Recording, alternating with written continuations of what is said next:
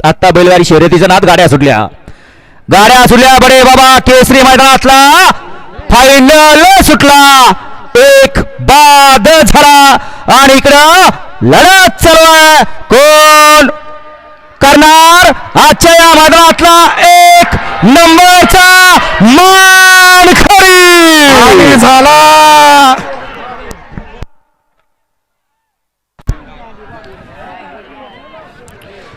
बैलगाडीचं शर्यत क्षेत्र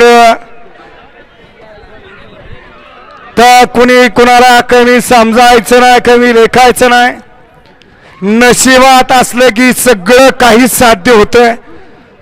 फक्त वेळेची आणि नशिबाची साथ पाहिजे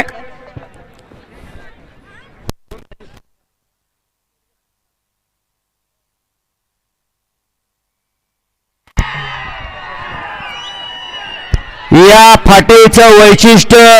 आणि त्या बैलाचं सुद्धा वैशिष्ट्य बैल कधी